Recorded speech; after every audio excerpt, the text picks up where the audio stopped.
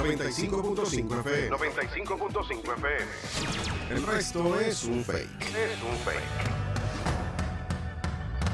Tu conexión en la red. Arrancamos motores en Ritmo Económico, el programa que fusiona los latidos económicos de Caracas con el ritmo global.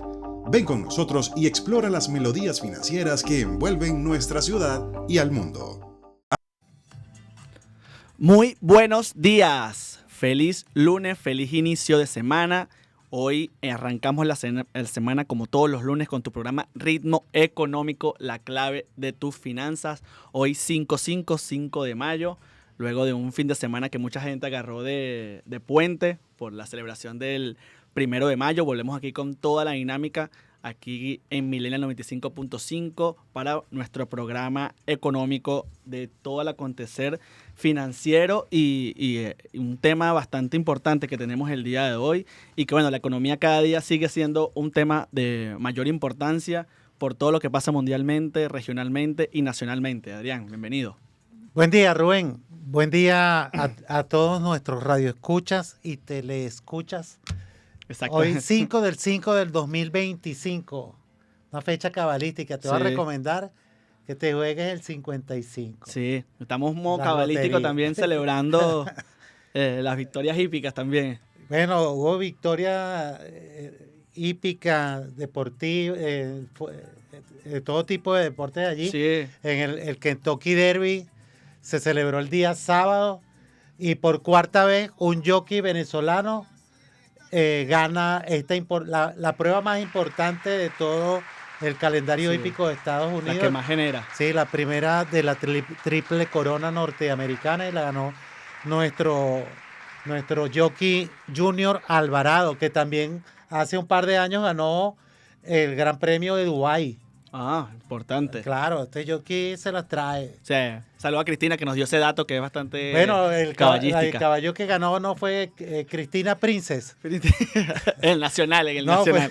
Fue Soberating con Junior Alvarado. Y bueno, como todos los lunes llegamos siempre, gracias a un extraordinario equipo, siempre agradecimiento a Millennial 95.5 FM, a los que nos sintonizan vía streaming de YouTube, que estamos siempre en vivo. Gracias por esta oportunidad de llevarles con mucho cariño este programa económico que ya próximamente cumpliremos nuestro primer aniversario. 46 programas y el 47 es nuestro primer aniversario. 48, tengo entendido que va a ser el 48 porque el 47 no es la fecha. Bueno, ahí estamos definiendo, pero próximamente tendremos nuestro aniversario, le estaremos informando. Nosotros, bueno, llegamos a ustedes gracias a la dirección de la estación de John D. Mancera, Estela Ríos y Freddy Velasco. En la gerencia de televisión, Juan Luis Abreu, el padrino. Ingeniero de sonido, Adalberto Terán. Nuestro operador de cámaras, Argenis Puche. Operador de audio, José Gregorio Saad. Nuestra productora, Cristina Tirado, que está celebrando la victoria que pegó. Sí. Equipo de Reyes, tenemos a Hedginson Guaycaía. Y en la conducción, como siempre, Rubén López. Y Adrián Silva. Esto es Ritmo Económico, la clave de tus finanzas. Siempre llegamos en las redes sociales bajo el nombre de @ritmo_piso_económico, tanto en Instagram y en TikTok. Y este programa siempre llega gracias a ustedes, a los amigos de Integral de Mercados y Almacena Inmerca, más de 15 mercados municipales atendiendo y abasteciendo la economía local. Todos somos millennials. Ese es el lema de aquí. Todos somos millennials. Bueno, todo ese equipo, el equipo de producción, el equipo de que sin ellos no sería esto posible. El día de hoy tenemos como invitado un programa bastante interesante que día a día genera más entre los empresarios y emprendedores, que es el tema impositivo de tributos. Tenemos como invitado a Nelson Mirabal, economista y abogado, especialista en econometría, tributos nacionales y municipales. Sí, bueno, contamos con un invitado de lujo el día de hoy. Bueno, decir que un invitado de lujo es normal para nosotros. Es normal para nosotros. Todos nuestros invitados son de primera clase. Y bueno, con el doctor Nelson esperamos, tener un programa bien dinámico y que nos aclare, pues, todas estas incertidumbres, dudas que tenemos con respecto a lo que es el tema de tributos, tanto nacionales como municipales. Sí, y la importancia de que día a día hay nuevos decretos, nuevas leyes y cómo eso afecta tanto el Estado, esa relación Estado-empresario como empresario-Estado, emprendedores también. Vamos a tocar varios temas de cómo afectan esas relaciones al pago de los impuestos. Creo que es el dolor de cabeza día a día de los empresarios por el desconocimiento a veces, el desconocimiento de ese tema tan importante. Entonces, bueno, solo vamos a nuestro bloque de noticias. Las noticias económicas de Caracas y del mundo bailan al son de Ritmo Económico, la clave de tus finanzas. Bueno, en nuestro bloque de noticias tenemos una noticia bastante importante, que es que el mercado farmacéutico nacional incrementó un 14.6% en marzo con respecto al 2024. Este dato nos lo da la Cámara de Industria Farmacéutica, CIFAR, bajo el presidente Tito López, que desde aquí le mandamos un gran saludo. Informó que el precio promedio acumulado de un medicamento este año es de $4.38 por unidad, el más bajo de la región latinoamericana. Creo que es un dato bastante importante por lo que significó el COVID y de allí, de esa pandemia, como el sector farmacéutico dio un paso adelante y bueno, de allá ha tenido un impulso económico bastante productivo y un desarrollo económico bastante importante, Adrián. Sí, la diversificación de la industria farmacéutica, de los fabricantes, se ha acrecentado hasta en un 60%, Rubén, porque Sí. antes prácticamente en Venezuela operaban 3 laboratorios. Sí. Y el día de hoy Muchos laboratorios también se fueron. muchos se fueron, otros se incrementaron. La importación de medicamentos ha sido significativa desde el tema de la pandemia. Y hay laboratorios que hace 7 años eran prácticamente inexistentes y hoy son un laboratorio consolidado, con marcas bastante reconocidas, con varios pruebas que le generan una gran alta tasa de salud, que bueno, que es importante para nosotros.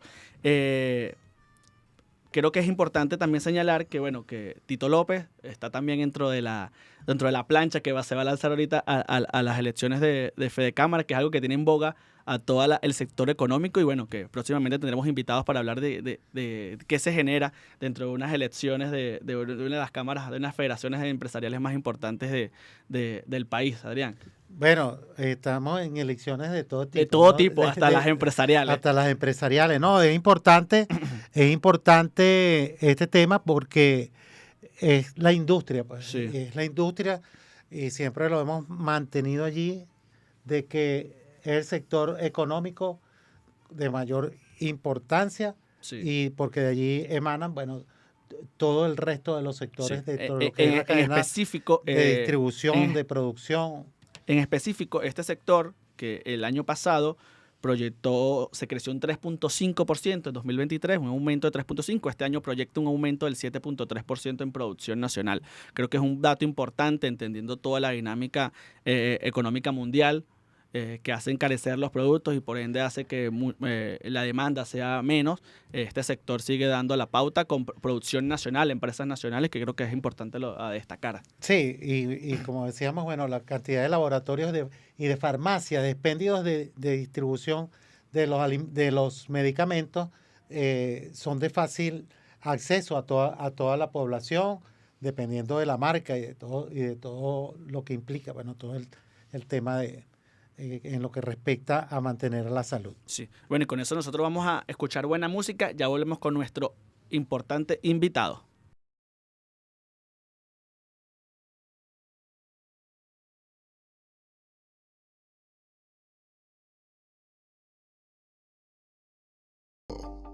Vamos a una pausa. No te despegues de nuestra señal que ya regresamos con Ritmo Económico.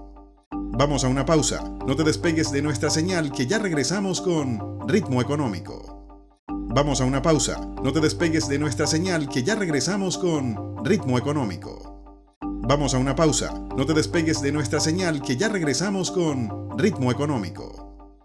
Vamos a una pausa. No te despegues de nuestra señal que ya regresamos con Ritmo Económico.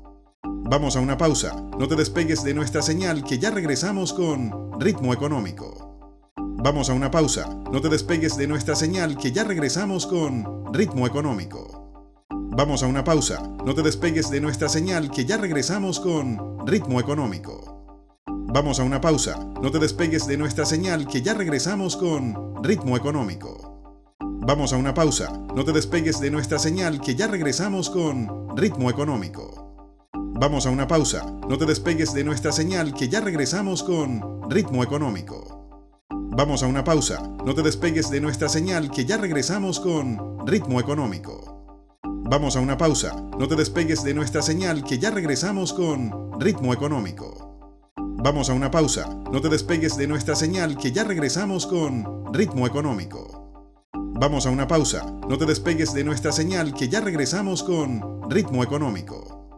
Vamos a una pausa. No te despegues de nuestra señal que ya regresamos con Ritmo Económico. Vamos a una pausa. No te despegues de nuestra señal que ya regresamos con Ritmo Económico. Vamos a una pausa. No te despegues de nuestra señal que ya regresamos con Ritmo Económico. Vamos a una pausa. No te despegues de nuestra señal que ya regresamos con Ritmo Económico. Vamos a una pausa. No te despegues de nuestra señal que ya regresamos con Ritmo Económico. Vamos a una pausa. No te despegues de nuestra señal que ya regresamos con Ritmo Económico.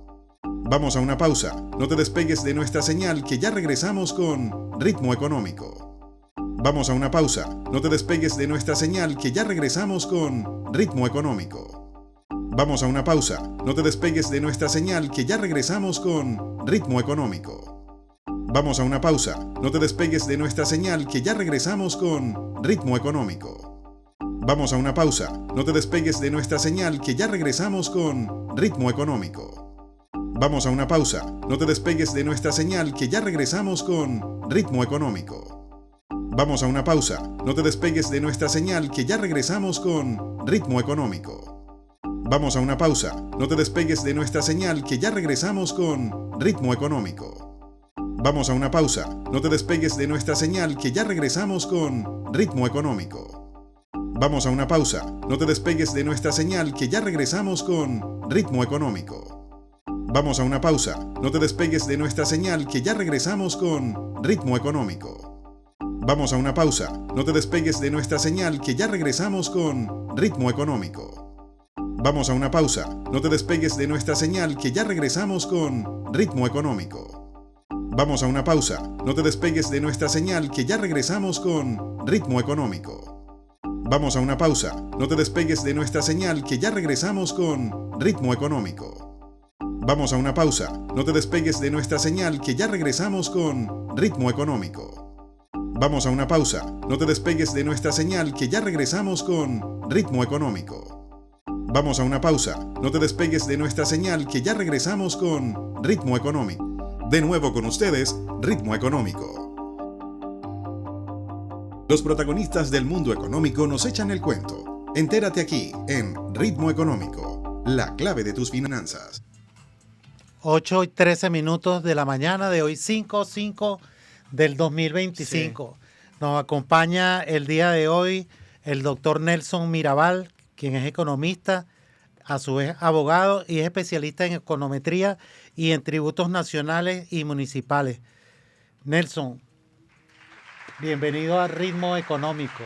Buenos días, Adrián, y a todo el equipo. Gracias por la invitación. Nelson, hablemos un poquito del tema de los tributos. Primero, bienvenido. Gracias por acompañarnos el día de hoy. Hemos visto cómo en los últimos años se han aprobado leyes de la Asamblea Nacional y también decretos.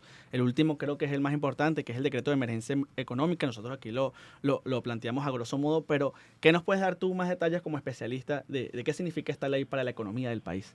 Mira, este decreto que promulgó el presidente, básicamente lo que pretende, de alguna manera, es cuidar al país contra las consecuencias producidas por las sanciones que se han aplicado por el gobierno americano en cuanto al tema petrolero en Venezuela. Debemos recordar que el 85% de los ingresos que recibe Venezuela en divisas provienen de la exportación, de la producción y exportación petrolera. De ese 85%, un 30% provenía de las empresas americanas sobre todo, y las otras que no siendo americanas, pero también fueron alertadas a una posible sanción en caso de que comercializaran petróleo con Venezuela. Un 30% de ese 85% provenía de estas empresas, digamos Chevron, Eni, Repsol, etcétera, etcétera. Son exactamente como 7 empresas entre las españolas, la italiana y las americanas, y una francesa. ¿Qué quiere decir esto? Que si las empresas no van a poder comercializar más con Venezuela el tema del petróleo, al menos directamente, de alguna forma Venezuela va a dejar de percibir esos recursos. Estamos hablando de alrededor de unos 5.000 millones de dólares. ¿Esto qué implica? Que el gobierno venezolano debe tomar acciones, anticiparse a los hechos, igual como se hizo con el COVID, que fue uno de los principales países en el mundo que tomó acciones y de hecho fue uno de los menos afectados por esas razones. En este caso tiene que tomar acciones para evitar daños mayores como consecuencia de eso. Uno de estos casos es, por ejemplo, el tema de cuando existieron las sanciones al inicio del gobierno de Biden, antes de que las suavizaran, teníamos que comercializar el petróleo en alta mar, prácticamente con un descuento de aproximadamente un 30%, que se le hacía al precio que ya estaba en el mercado internacional, y sabemos que el mercado del petróleo venezolano, el precio es más bajo que el de la OPEP, por ser un petróleo de calidad distinta al liviano. Entonces, el dinero que recibíamos nosotros, producto de esa comercialización, estaba ya con un descuento del 30%. Ahora bien, el gobierno americano le estableció unos aranceles adicionales a todos los países que comercializaran petróleo o gas con Venezuela, y están alrededor de un 25%. ¿Qué significa eso? Que ahora ya no solamente habrá que trabajar con ellos, si se trabaja con ellos, con un descuento del 30%, que era el que se hacía en alta mar, sino ahora hay que añadirle ese arancel que se lo van a pechar a ellos en el gobierno americano con un 25%, es decir, que vamos a recibir menos dólares aún de lo que recibíamos antes, exportando la misma cantidad. ¿Qué significa eso? Que en la práctica vamos a tener que aumentar la producción petrolera para vender más a un precio más bajo, pero tener los mismos ingresos. De allí que esa deficiencia que hay o que va a existir en la cantidad de ingresos en divisas que va a recibir el país se van a traducir en que no van a llegar suficientes ingresos, suficientes dólares, suficientes divisas para la intervención bancaria. ¿Y qué poderes especiales otorga el Ejecutivo este decreto? Ok, ahí voy. Quería decir cuál era la consecuencia de este decreto. Claro. Entonces, el presidente adopta esta medida saca un decreto de emergencia económica que se lo ampara la propia Constitución de la República Venezolana de Venezuela, la República Constitucional de Venezuela, donde básicamente tres cosas. Una, que es la más importante, le suspenden la reserva legal que hay en materia económica, financiera y monetaria. Es decir, la Constitución prevé una reserva legal a los órganos u organismos que manejan este tipo de áreas, como es, por ejemplo, el Banco Central de Venezuela, como son los ministerios, las gobernaciones, alcaldías, etcétera. Bueno, el decreto habla de esa suspensión de esa reserva legal. ¿Qué quiere decir eso? Que el presidente de manera autónoma puede tomar decisiones en esas áreas sin tener que recurrir a ninguno de estos entes u órganos y además de eso sin infringir la ley. Eso por una parte. Por la otra, él trata de manejar el tema impositivo, es decir, el presidente va a poder tomar decisiones de manera unilateral sobre cuestiones como el IGTF, cuestiones como el IVA, incluso sobre la parte de ingresos municipales. ¿Por qué razón? La Constitución deja una potestad y competencia tributaria en materia de impuestos municipales diferente a los nacionales. Ahora no, ahora con el decreto el presidente puede tomar acciones directas. Aparte de eso, el decreto habla de concentrar todos los ingresos que se generen a nivel nacional, ¿ok? Dirigirlos todos a la Tesorería Nacional. ¿Con qué fin? Con que pueda directamente el presidente poder utilizar esos recursos de la mejor forma posible para tratar de paliar el déficit que se pudiera recibir como consecuencia de lo ya explicado. Y hacerlo directamente sin necesidad de tener que recurrir a solicitud de créditos adicionales ante la Asamblea Nacional, aprobado por el Ejecutivo, etcétera, etcétera. Va a pasar por encima de todo eso y llega directo. ¿Para qué? Para hacerlo expedito. Porque si nos ponemos a hacer todos los pasos que vamos a hacer, no vamos a tener los recursos en el momento que lo deseamos. Otra de las cosas que tiene el decreto es que puede solicitar la suspensión de la aplicación de algunos impuestos, tanto nacionales como estatales y municipales, pero a su vez también la suspensión de algunos beneficios que tengan de alguna forma algunas empresas o algunos sectores de la economía en particular, y pueda suspender los beneficios por un tiempo determinado mientras estamos en esta contingencia. ¿Ok? Otra de las cosas adicionales es el tema de los aranceles de exportación, aunque realmente se ha hecho mucho eco con respecto a esto, pero en Venezuela, en cuanto a las exportaciones se refiere, van aproximadamente, apartando el tema petrolero, un 13% nada más de las exportaciones de Venezuela van hacia Estados Unidos, por lo que no van a ser muchas las empresas que se van a ver afectadas por este tema de las sanciones que se le van a colocar en materia arancelaria al resto de los países, que dicho sea de paso, desde el punto de vista económico se entiende por qué el tema arancelario. En el caso de los Estados Unidos lo que están protegiendo es su industria. ¿Ok? Y que en la mayoría de los casos, pues los Estados Unidos lo que ha hecho es abrir las puertas a casi todos los países del mundo para que negocien con ellos, pero a beneficio de los otros países, no tanto los Estados Unidos. Y eso ha hecho que el déficit fiscal americano sea gigantesco. De allí que ellos están buscando la protección, pero por el otro lado meten un poquito el tema político. Y por último, una de las cosas es los incentivos a la producción nacional y para generar un incremento en las exportaciones no tradicionales para tratar de bajar un poquito la dependencia con el tema petrolero. Básicamente, esos son los fundamentos del decreto de emergencia económica dictado por el presidente. El CENIAT es el ente recaudador por excelencia ya de más alto nivel en el Estado.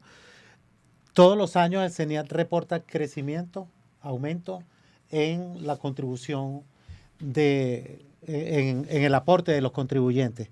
¿A qué se debe esto y cómo influiría con el decreto de emergencia económica dictado? Sí, fíjate, efectivamente, si nosotros nos ponemos a analizar el comportamiento de los ingresos nacionales generados por el CENIAT desde el año 2021 hacia acá, ha tenido un incremento brutal.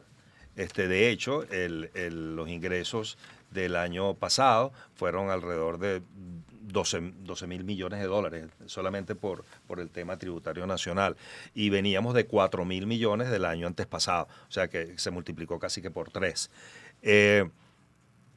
Esto básicamente es provienen del IGTF, del IVA y del impuesto sobre la renta y de algunas otras rentas como son licores, cigarrillos, aduanas, etcétera. Pero principalmente lo que proviene del impuesto sobre la renta, el IVA y el IGTF, que aunque se le ha hecho mucho énfasis, mucho alarde con respecto a este impuesto, pero la cantidad de ingresos que le genera al país es mínimo con respecto a los otros dos. Sin embargo, sí afecta el tema de la actividad económica per se, y ya quizá más adelante lo podemos hablar en cuanto al manejo de las divisas y lo que representa el tema del IGTF. El CENIAT, si sacamos los ingresos que tuvo durante el mes de marzo, fueron el doble, 116% con respecto a lo que fue febrero. Y con respecto, si lo comparamos con el primer trimestre también del año pasado, bueno, el incremento fue brutal. Ahora diríamos, bueno, ¿de dónde proviene esto? El impuesto sobre la renta, su nombre lo dice, de la renta, y el IVA de la actividad económica. En teoría, eso estaría demostrando que la actividad económica y la renta per se de las empresas ha aumentado. Eso hay que verlo con mucho cuidado porque no necesariamente es así. Si vemos la información que presentó el Banco Central recientemente la semana pasada, que se ha demorado un poco, por cierto, en presentar la cifra, y eso ha generado una suerte de guerra de informaciones y de cifras. Sí, incertidumbre de todos los sectores. El Banco Central dijo que el Producto Interno Bruto del primer trimestre fue de 9.2. El Producto Interno Bruto no es otra cosa que el valor en dólares de la producción de Venezuela internamente en un periodo determinado. Si es positivo, se supone que incrementó. Algunos sectores económicos y algunas organizaciones encargadas de dar información dicen que el Producto Interno Bruto incrementó un 2.1%, otros dicen que 3.2%, el Sendas dice que fue solamente 2.9%, etcétera. Independientemente de eso, fue positivo, que es lo que más importa. Ahora, cabría pensar, ¿fue que la actividad económica aumentó? Habría que revisarlo, porque puede ser que solamente la que aumentó fue la actividad petrolera. Y efectivamente la producción petrolera aumentó y venimos de estar produciendo 800.000 barriles diarios del año pasado a septiembre, octubre, ahora 1 millón de barriles diarios. Claro. Que también hay una guerra de información de esto con respecto a la información primaria que da la OPEP y que da el PDVSA y otras las informaciones secundarias que dicen que no es así, que por ejemplo el informe mensual petrolero dice que mundial dice que Venezuela lo que produjo el mes pasado fueron 911.000 barriles diarios y las informaciones de OPEP y de PDVSA es 1.048.000 barriles diarios. Entonces se ve que hay una diferencia de alrededor de 100.000 barriles, Correcto. que es significativo si lo multiplicamos eso por el valor del petróleo por los 30 días del mes. Pero ese no es el punto. El punto es que hay que determinar por qué hubo ese incremento del Producto Interno Bruto, si fue por el sector petrolero o fue por el sector no petrolero. A mi juicio, el sector no petrolero no ha llegado a tener la oportunidad ni la capacidad para superar o para lograr de alguna forma acercarse al valor del Producto Interno Bruto petrolero. Pero lo que sí es importante determinar es el efecto que puede causar el tema impositivo. Las cifras demuestran que aproximadamente existe todavía alrededor de un 40% de defraudación fiscal. Es decir, ahí hay una suerte de comportamiento todavía empresarial del desconocimiento en el pago de los tributos, las obligaciones del pago de los tributos. La presión fiscal que se ha ejercido a nivel nacional por parte del CENEAT ha sido de verdad exitosa desde el punto de vista que ha bajado ese porcentaje. Ese porcentaje estaba alrededor del casi el 60% de la defraudación fiscal. Es decir, de cada 100 bolívares que se había que declarar, solamente se declaraban 40. Ahora se declaran y pagan 60. Pero sin embargo sigue existiendo un 40%. En la medida que la presión fiscal sea mayor, en esa medida se reduce y en la defraudación y en esa medida se aumentan los ingresos fiscales del país. Señor Nelson, para cerrar el tema del decreto de emergencia económica, quisiera abordar que no es la primera vez que el Estado venezolano toma esta decisión. Creo que hace unos años se vio con el COVID y mucho antes también. Y ha traído efectos beneficiosos para la economía. ¿Cómo lo ves desde tu perspectiva? Sí, claro, absolutamente. Sobre todo porque le da celeridad al manejo de los recursos, de los pocos recursos que pueden haber o de los que se estén percibiendo en ese momento. Le da celeridad de no tener que pasar por tantos pasos administrativos para lograr la aplicación de esos recursos. Y siempre ha dado resultado. En el caso del COVID fue espectacular, repito, eso hay que reconocerlo. Y de hecho, lo mencioné anteriormente, fue uno de los pocos países del mundo que tuvo menos efecto el tema del COVID con respecto a los demás, precisamente porque se utilizaron los recursos en el momento que debían hacerse. Nelson, hablando un poco más ya en específico de algunos impuestos, son considerados como los más importantes o los de mayor renombre el tema de las actividades económicas, el impuesto sobre los inmuebles urbanos y las tasas por servicios públicos, sobre todo la tasa del aseo urbano. Okay. ¿Por qué son la base de los tributos y cómo afectan en la población, sobre todo el tema de los servicios? Sí, fíjate, esos son los tributos municipales. Correcto. Allí hay un tema bien importante que mencionar, que es el siguiente. El impuesto a la actividad económica grava o pecha, como se dice en el argot popular, los ingresos brutos recibidos por los empresarios e industriales. Es cierto que es fuerte, porque en los ingresos brutos no metes, o sea, tú metes todo lo que recibiste. Correcto. Y ahí caen una cantidad de cosas que no le quedan dentro de la renta del empresario o del industrial. Pero bueno, eso es una sentencia que arrojó la extinta Corte Suprema de Justicia en su momento, donde dijo que la base imponible para la actividad económica municipal eran los ingresos brutos. Claro. De allí que es la que tienen que utilizar los municipios. Pero hay algo bien importante, y tú lo mencionaste, el segundo rubro debería ser el de inmuebles urbanos. Y el inmueble urbano no es otra cosa que pagar el impuesto que yo debo pagar, lo que mal llamado derecho de frente. Es el impuesto de inmuebles urbanos. Ese es un impuesto que no es progresivo, ese es un impuesto que yo lo pago y no es que yo diga, bueno, porque pagué el impuesto de inmuebles urbanos, eso hace que aumente el valor de mi inmueble. No, me tocó pagarlo. Y eso básicamente es para poder mantener la infraestructura física que rodea la parte inmobiliaria. ¿Ahí qué ocurre? Ese impuesto generalmente no lo paga la población. ¿Y por qué no lo paga? Porque a mí no me van a quitar mi inmueble si yo no pago el impuesto. Exacto. Cosa tal que sí ocurre en otros países. En otros países, si tú tienes una deuda en materia de inmuebles urbanos, es decir, de derecho de frente, esa deuda si se acumula por más de 6 meses, a los 6 meses se subasta. Y quien compra la deuda se queda con el inmueble. Entonces todo el mundo trata de pagar sus impuestos y no tener una deuda mayor a los 6 meses. ¿Qué ocurre? Aquí en Venezuela eso no sucede así. Es por un tema de la ley, un tema de la Constitución, la propiedad es inalienable, etcétera, etcétera. Entonces, ¿qué ocurre? Si nosotros pagásemos el impuesto de inmuebles urbanos y lo tuviéramos al día, el impuesto de actividades económicas, que es el que paga al final el consumidor, porque no es, eso es mentira que el empresario se queda con eso. El impuesto que le graban al empresario lo traslada en el precio del producto y lo terminamos pagando nosotros los consumidores. Pero si nosotros pagásemos el impuesto de inmuebles urbanos, hay más inmuebles urbanos hay más inmuebles que industria y que comercio. ¿Me explico? Si nosotros pagásemos el impuesto de inmuebles urbanos, las alícuotas en materia de actividades económicas podríamos disminuirlas. ¿Ves? Pero no hay todavía la cultura tributaria para eso. Y el de los servicios es también importantísimo. La gente se queja por el tema del servicio del aseo urbano, que es muy costoso. Pero más costoso es mantener los camiones, más costoso es mantener al personal, los servicios, etcétera, etcétera, que se necesitan para eso. Si nosotros no lo pagamos, entonces nos quejamos por el tema de la basura. Y si ellos recogen la basura, entonces nos quejamos porque lo pagamos. O es una cosa o es la otra. Vamos a continuar ahorita hablando ya de los impuestos municipales. Continuamos aquí con Nelson Mirabal, especialista en tributos. Y bueno, este bloque de debate económico llega a nombre de Integral de Mercados y Almacenes Inmerca, que consta de 16 mercados que consolidan el mercado y el abastecimiento municipal. Yo siempre hago mis mercados ahí en el mercado de coche. Una vez se queda con que el mercado de coche de antaño hay vandalismo, hay inseguridad. El día de hoy tú vas, te estacionas, hay un servicio de estacionamiento y seguridad que puedes comprar tus productos y hacer tu mercado a un mejor precio. Nosotros vamos a identificar la emisora y ya volvemos con Ritmo Económico, la clave de tus finanzas. Vamos a una pausa. No te despegues de nuestra señal, que ya regresamos con Ritmo Económico. Vamos a una pausa. No te despegues de nuestra señal, que ya regresamos con Ritmo Económico.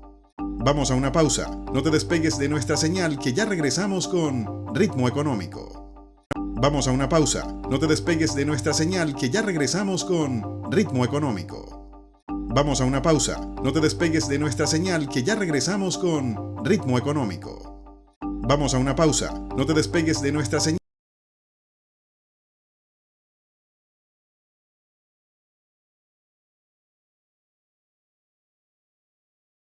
Vamos a una pausa. No te despegues de nuestra señal, que ya regresamos con Ritmo Económico. Vamos a una pausa. No te despegues de nuestra señal, que ya regresamos con Ritmo Económico. Vamos a una pausa. No te despegues de nuestra señal, que ya regresamos con Ritmo Económico. Vamos a una pausa. No te despegues de nuestra señal, que ya regresamos con Ritmo Económico. Vamos a una pausa. No te despegues de nuestra señal, que ya regresamos con Ritmo Económico. Vamos a una pausa. No te despegues de nuestra señal, que ya regresamos con Ritmo Económico. Vamos a una pausa. No te despegues de nuestra señal, que ya regresamos con Ritmo Económico. Vamos a una pausa. No te despegues de nuestra señal, que ya regresamos con Ritmo Económico. Vamos a una pausa. No te despegues de nuestra señal, que ya regresamos con Ritmo Económico. Vamos a una pausa. No te despegues de nuestra señal, que ya regresamos con Ritmo Económico.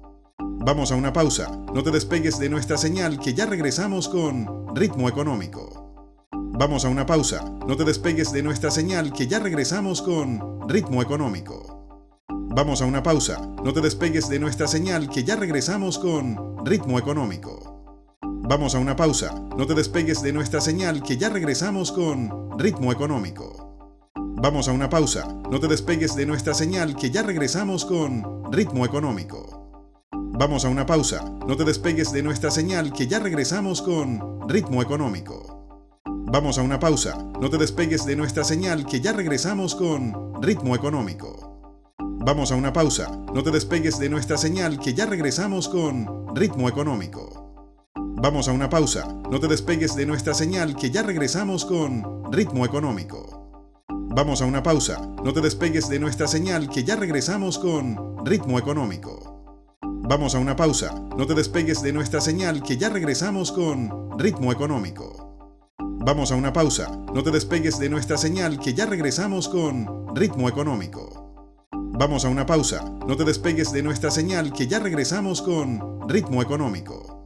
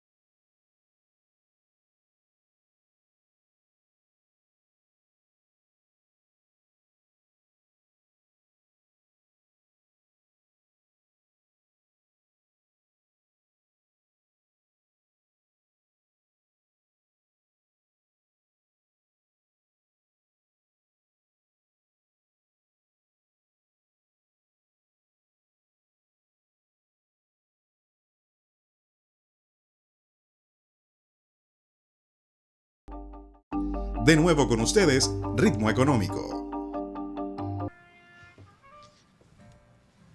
8:40 de la mañana, acá en Ritmo Económico, la clave de tus finanzas. Continuamos acá con Nelson Mirabal, especialista en tributos nacionales y municipales. Nelson, la armonización tributaria. ¿Qué es la armonización tributaria?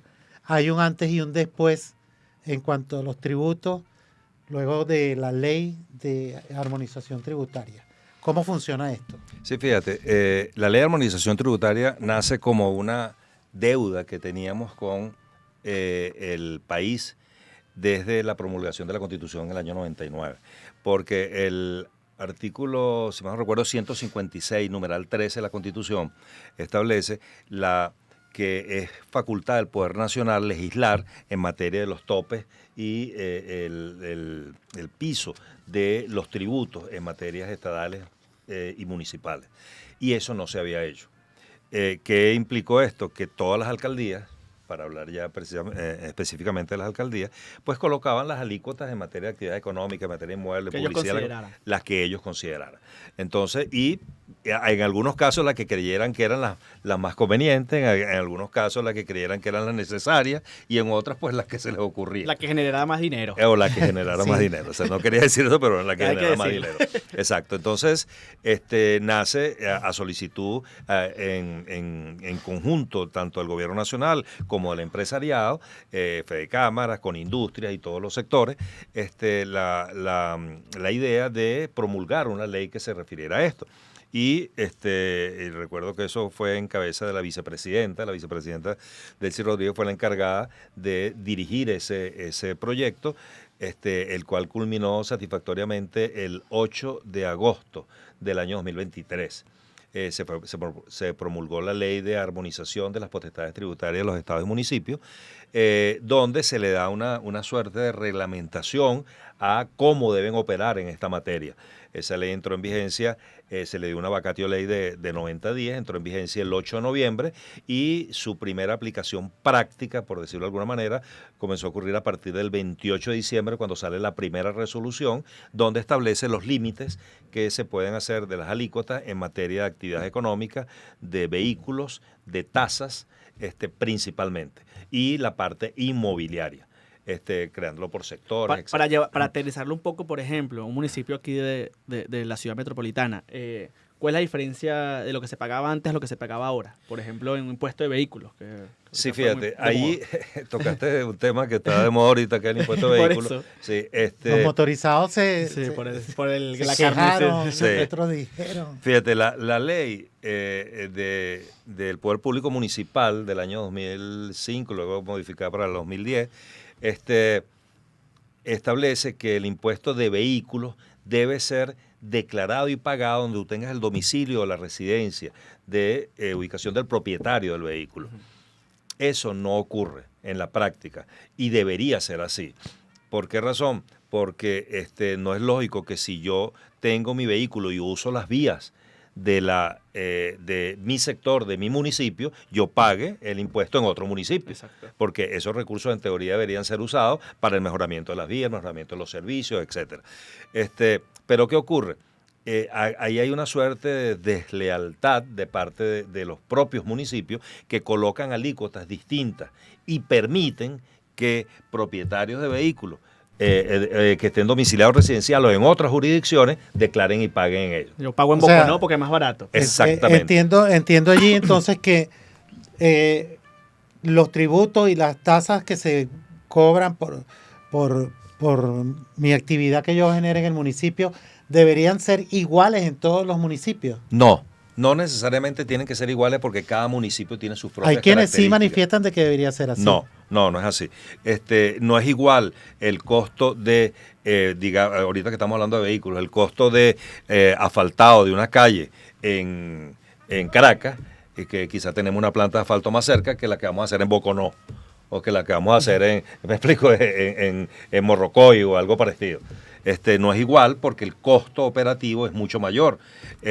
Además, la infraestructura física de los municipios son totalmente distintas. Algunos están en esplanadas, otros están en zonas donde no es fácil el acceso. Entonces, todo eso tienes que incorporarlo al momento de calcular el tributo. No es igual. Igual que el servicio del aseo, que ya lo comentabas, que por ejemplo en el municipio de Chacao los costos suben en comparación a otro municipio que no es tan álgido. Por ejemplo, Libertador, que es otra empresa también, pero bueno, los precios varían por las zonas residenciales, creo que sí. Exactamente. El caso del municipio de Chacao es muy particular. El municipio de Chacao es un municipio que tiene escasamente 36 kilómetros cuadrados, pero tiene 27 centros comerciales, 25 centros comerciales, lo más grande del país, y tiene, bueno, más de 100.000 inmuebles. Entonces, y la mayoría de los propietarios de estos inmuebles o usufructuarios de los inmuebles, pues son personas que vienen de trascendencia europea, etcétera, hay una etcétera. Cultura allí y hay una cultura del pago del tributo. Y por eso el municipio es un municipio joya, pues, que está bien bonito en todas las cosas, porque tiene los recursos para pagar, tiene muchos recursos para una infraestructura muy pequeña. Muy pequeña. Ujú. Volviendo también al tema del IGTF, que es otro de los temas álgidos para el sector empresarial, porque se habían hecho unas declaraciones donde se anulaba el impuesto. Ahorita creo que va a volver a nacer. ¿Cómo desde la perspectiva económica, en qué beneficia el Estado y en qué, cuál es la razón de la cual los empresarios generan ese tipo? Porque si pagas en dólares, sí, a veces uno va a pagar un estacionamiento y te pechan el impuesto de IGTF al productor final. ¿Cómo es esa relación en ese impuesto? Mira, el IGTF fue creado básicamente para proteger al bolívar. ¿Ok? El que comercializa utilizando divisas, pues tiene que pagar un impuesto, que es el IGTF. Yo recuerdo que en el año 2024, el monto que se planificó, que se programó, que se iba a cobrar por el IGTF, ya en julio se había recaudado, que eran alrededor de 500 millones de dólares. Y todo el resto del año fue un superávit en materia de recaudación en cuanto al IGTF. Eso trae un inconveniente.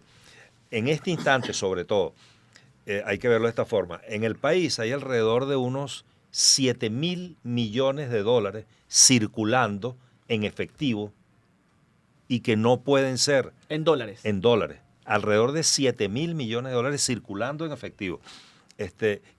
Y circulando de una mano de uno, una mano al otro, pero no necesariamente entran en la actividad comercial. ¿Por qué razón? Porque está el IGTF. ¿Me explico? Eso por una parte. Por la otra, el uso de la divisa como tal, a pesar de que hace 2 años era alrededor de 60 o 70 contra 40 o 30% el uso del dólar con respecto al uso del bolívar, ahora ha cambiado. Ahora está casi el 90% el uso del bolívar contra el 10% el uso del dólar. Pero todo lo dolarizan. Claro. Y como todo lo dolarizan, no hay la oportunidad de que, si está todo dolarizado, bueno, que estén los dólares también en el mercado, porque hay restricciones en ese tipo de cosas desde el punto de vista de control. Y el tema de la facturación creo que es un tema, ¿no? Porque cuando te pagaban en efectivo no había factura y no pasaba por el fisco. Correcto. Ahora hay la factura, pero te graban con el IGTF. El IGTF. Entonces, eso hace más oneroso el producto.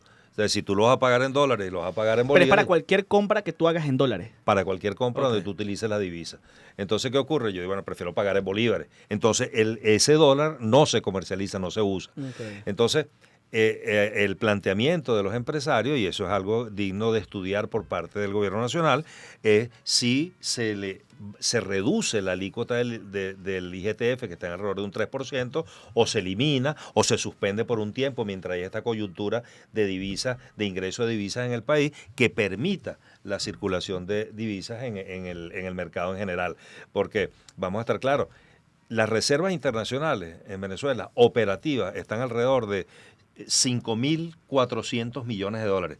En los informes del Banco Central aparecen 10.000 millones, es correcto, pero se clasifican en reservas operativas y no operativas. Las operativas son las que podemos utilizar, son las que pueden salir. ¿Ok? La demanda, esto es algo importante que se conozca, la demanda de dólares en el mercado diario es alrededor entre 60 y 70 millones de dólares, tanto personales como de empresas para el tema de sus importaciones, etcétera. Entonces, la demanda está alrededor entre 60 y 70 millones de dólares diarios y la oferta de dólares por parte del gobierno en la intervención bancaria que se hace no está un promedio ahorita en este año, fueron Cada vez 220, está menor, ¿no? claro, 222 millones en enero, 400 millones en febrero y 177 millones en marzo. Cuando sacamos la cuenta, son alrededor de un promedio de 200 y tantos millones mensuales. Hay especialistas, bueno, o empresarios también que están proponiendo que el dólar BCB desaparezca y estemos a la tasa de mercado que esté. ¿Cómo visualizas tú? Sí, bueno, algunos plantean el tema de la unificación cambiaria. Para que no exista este tema del paralelo y el oficial. El oficial es el del Banco Central, porque el Banco Central dice que es y punto. Exacto. De hecho, el presidente lo aclaró en una entrevista reciente sobre el tema. Eso es un tema que hay que discutir porque principalmente debe existir suficiente divisa en el Exacto, mercado creo que para ese que es eso ocurra.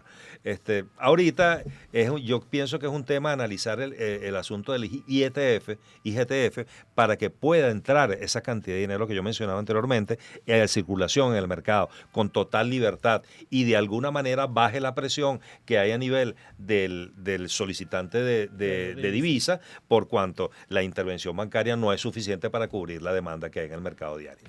La semana pasada se constituyó el Congreso Internacional de Emprendimiento acá en Venezuela. Y las cifras nuestras indican de 1.470.000 y algo de emprendedores en el país. Exacto. Todos tributan, todos están registrados en sus municipios como contribuyentes. Entendemos de que no lo hacemos porque es que nos van a cobrar mucho. ¿Cómo funciona esto del tema de los tributos especiales para los emprendimientos? Fíjate, antes mencionábamos la ley de armonización tributaria. La ley de armonización tributaria deja un capítulo específico para los emprendedores y deja una suerte de tabla que se debe aplicar a los emprendedores sobre la base de los ingresos que van a tener mensuales y anuales estimados. ¿Qué pasa? Aquí hay que dejar claro algo. La ley de emprendimiento, que fue reformada recientemente también, no va por encima de la ley orgánica del Poder Público Municipal ni tampoco de la ley de armonización tributaria, que son leyes orgánicas. No es ley orgánica. Okay. Y además no es ley orgánica. Entonces, la ley dice que todo el emprendimiento, los emprendedores deben registrarse aquí en el Ministerio de Producción y tener su certificado de registro nacional. Eso le da la categoría de emprendedor. Ahora bien, cuando tú vas a realizar tu emprendimiento en el municipio, debes registrarte en el municipio también, porque vas a realizar una actividad económica en el municipio y el municipio es el que tiene la potestad para regular sus actividades económicas. Algunos municipios, sobre todo los de las ciudades principales del país, tienen su propio registro de emprendimiento. Y voy a poner un ejemplo. Si el emprendimiento mío es de vender perro caliente, y yo voy a llevarlo, y ya que tú mencionabas anteriormente Chacao, voy a llevarlo a Chacao y en Chacao hay 300 expendedores de perro caliente, yo no quiero más perro calienteros en el municipio. Yo quiero vendedores de cotufa, que no hay. Entonces pon tu emprendimiento en vender cotufas. Si vas a vender perro caliente, en mi municipio no lo vas a poder hacer porque yo no quiero que proliferen más porque entonces el exceso de productores, de comerciantes de ese tipo, me va a perjudicar el ejercicio de la actividad. Ahora, en cuanto al pago, habitualmente no lo pagan porque los emprendedores se siguen considerando comerciantes antes llamados ambulantes, ahora populares. ¿Okay? Algunos, creo que lo que podemos decir la mayoría. La mayoría. Entonces no pagan el tributo, ni siquiera están registrados. La idea es que tributen, la idea es que se declaren y paguen y por eso la ley de armonización establece una alícuota muy baja. Sin embargo, no lo hacen y deberían hacerlo porque una exigencia que tiene el empresariado privado a través de FEDECámara y con industria sobre todo es real. O sea, hay mucho comercio popular, mucho comercio mal llamado ambulante y muchos emprendedores. La cifra tuya es correcta, está alrededor de 1.500.000 emprendedores en el país hasta ahora registrados, y yo diría que el 90% no declaran ni pagan todavía.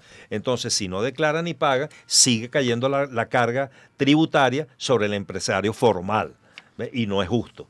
No es justo. Y de allí que ocurre algo que lo hablábamos entre telores ahora, que muchos comerciantes dicen, yo prefiero cerrar mis puertas y pongo un tarantín afuera, porque el de afuera no paga y sigo vendiendo lo mismo que vendía puertas adentro. ¿Entiendes? Y no tiene sentido. Yo he visto también que han existido ordenanzas, por ejemplo, Chacao tiene una ordenanza y Libertador también está en proceso de de una ordenanza para emprendedores, para ver que jurídicamente dentro del municipio estén y tengan excepciones especiales en el tema de la carga tributaria. Pero eso al final queda potestad del municipio que considere emprendimiento o no puede pasar por la ley nacional. Porque hemos visto que, por ejemplo, yo sí soy emprendedor, tengo una manufactura de tela y la convierto en un producto innovador que sí califica como emprendedor en cualquier parte del mundo, pero me pecha el municipio como empresa nacional, como una empresa ya constituida de pyme o compañía anónima. ¿Cree que es importante que cada municipio tenga su propia ordenanza sobre emprendimiento? Sí, fíjate, no creo que es importante, creo que es obligatorio. Todo municipio debe tener su ordenanza sobre emprendimiento y definir cuáles son las condiciones y los requisitos para cada emprendimiento dentro de ese municipio, aparte de la nacional. Claro. Y porque de repente le agregan un requisito adicional o un condicionamiento adicional. Y debe tener las reglas claras de cómo comercializar en el municipio. Pero como decía anteriormente, el municipio tiene la potestad de decidir si ese emprendimiento va dentro del municipio o no por las características del mismo. Ahora, tiene la obligación de declarar y pagar impuestos. Y ese impuesto debe estar sometido a lo que esté establecido en la ordenanza municipal, que debe ser acorde con el máximo que establece la ley de armonización tributaria. Okay. Nelson, hay quienes se quejan del exceso de impuestos, de todo esto. Pero cuando entonces revisamos allí al contribuyente, queda en evidencia el tema de evasión. ¿Qué pasa allí? Luego se multa. ¿Y cómo debería ser? Entendemos que las ordenanzas no contemplan sino las sanciones directas al contribuyente. Sí, mira, este es un tema bien importante. Que no va a asustar a los emprendedores ya. No, porque buscamos la facilidad. Este es un tema bien importante que de hecho lo estamos estudiando un grupo de asesores que trabajamos sobre la materia. Porque fíjese, voy a poner un ejemplo de la ley de la ley orgánica de ordenación urbanística. La ley orgánica de ordenación urbanística establece, entre otras cosas, que los responsables de elaborar el proyecto de construcción, de remodelación, de refracción, de lo que fuera, en este caso los que están en el área de la ingeniería, arquitectura y profesiones afines, son corresponsables con el dueño del proyecto si se comete alguna falta en la elaboración del mismo, en una falla del mismo, y la multa que recae sobre el dueño del proyecto también recae sobre el profesional. Correcto. Entonces el profesional se cuida de elaborar un buen proyecto y evitar caer en una falta. Eso no ocurre a nivel empresarial en materia impositiva. Claro. Cuando yo como empresario voy y le digo a mi contador, generalmente le digo, me toca declarar y pagar el impuesto, ya sea municipal mensual o ya sea anual del Gobierno Nacional de Impuestos a la Renta o del IVA mensual, generalmente le digo, ponme a pagar lo menos posible. Claro. Ponme a pagar lo menos posible, que es distinto a decir, ponme a pagar lo justo, lo que corresponde. Entonces, el ponme a pagar lo menos posible hace que los profesionales de la ciencia económica y social le digan a ver qué invento para que pague este señor lo menos posible. Y caen en distintos tipos de defraudación fiscal, la evasión, la elusión, etc. A veces hasta sin querer. A veces hasta sin querer. ¿Qué ocurre? Cuando la administración tributaria en cualquiera de sus poderes, nacional, estatal o municipal, descubre el hecho, sanciona al dueño de la empresa. Pero al otro profesional no le ocurre, no le sucede esto. Entonces se está estudiando la posibilidad de que qué pasa si eso también sucede igual que la ley de urbanismo con los profesionales que elaboran esas declaraciones. ¿Por qué razón? Porque se van a cuidar más en que eso de alguna manera baje. Y no es que se está inventando el agua tibia. En la propia Constitución dice, en las disposiciones finales de la Constitución, transitorias y finales, dice que se debe resguardar el tema de la declaración impositiva y sancionar fuertemente a los evasores. Ya. Y lo dice el Código Orgánico Tributario. Ya también. No va a llamar al Colegio de Contadores para defender ese gremio. Nelson, ya estamos quedándonos sin tiempo. Quiero hacerte una pregunta final, una pregunta antes del mensaje final, que es, soy emprendedor, ya tengo mi local. ¿Qué debo hacer para no caer en una infracción municipal y nacional? ¿Cuál es el paso a paso rápidamente, que nos quedan un minuto? Ok, lo primero es ir a la alcaldía registrarse como emprendedor, manifestar cuál es el emprendimiento que lleva a cabo para que la alcaldía se lo conforme y se lo confirme, le dé su certificado de emprendimiento municipal y ahí comience a realizar su actividad y realizar sus pagos mensuales o anuales según lo que disponga la ley, según lo que disponga la ordenanza. Ahora bien, recuerden que la ley tiene un periodo de validez de 2 años. Ahorita se amplió a 3. 2 años más. Exacto, 2 años más. Estamos hablando que queda hasta el año 2025, al terminar el 2025, no, se hizo en el 2024 hasta el 26, la reforma. ¿Qué quiere decir eso? Que a partir del 2026, si no se reforma, ya ellos pasan a ser empresarios formales. Okay. Eso es lo que debe hacer. Excelente. Bueno, nosotros nos quedamos cortos aquí con Nelson. Estamos llegando al final de nuestro programa número 46. En la cabina nos hacen muchísimas señas, parece un fiscal de tránsito por allá. Pero bueno, un programa bien dinámico. De verdad que, Nelson, muy agradecido por atender la invitación. Las puertas de Ritmo Económico y de Millennial 95.5 están siempre a tu servicio, a tu orden. Y fue muy grato disfrutar acá en tu compañía. Sí, esclarecedor. Sí, sobre todo eso. Y bueno, nosotros estamos llegando al final. La próxima semana estamos ya casi de aniversario. Eso hay que consultarlo con nuestra productora. Para mí es aniversario. Cristina dice que no, pero bueno. Sí, es nuestro aniversario. Es el día, nosotros salimos al aire el día después del Día de las Madres. Exacto. O sea, no cumplimos en una fecha, cumplimos en un día. En un día. Entonces, bueno, gracias al Millennial 95.5, al señor Nelson, por tan enriquecedora entrevista. Y bueno, nosotros siempre salimos al aire bajo un extraordinario equipo dirigidos por la estación de John Di Mancera, Estela Ríos y Freddy Velasco. En la gerencia de televisión, Juan Luis Abreu, el padrino. Ingeniero de sonido, Adalberto Terán. Nuestro operador de cámaras es Argenis Puche. Nuestro operador de audio, José Gregorio Saad. En la producción, Santa Cristina. La computadora, le dicen. Sí, eso sí no la sabía Sí. yo. ¿Cuánto te ganaste en el Kentucky Derby, Cristina? Ah, bueno, estaba apostando, ¿viste? El equipo de redes, Hejinson Guaycailla. Y en la conducción, Adrián Silva y Rubén López. Esto es Ritmo Económico, la clave de tu finanza. Salimos todos los lunes de 8 a 9 de la mañana. Y bueno, este programa sale al aire gracias a Integral de Mercados y Almacena Inmerca. Y en nuestras redes siempre estamos bajo el nombre de @Ritmo Piso Económico, tanto en Instagram como en TikTok. Esto fue Ritmo Económico. Nos vemos el próximo lunes a las 8 de la mañana. Es momento de despedir Ritmo Económico. Manténganse atentos a los cambios económicos y recuerden, el conocimiento es poder.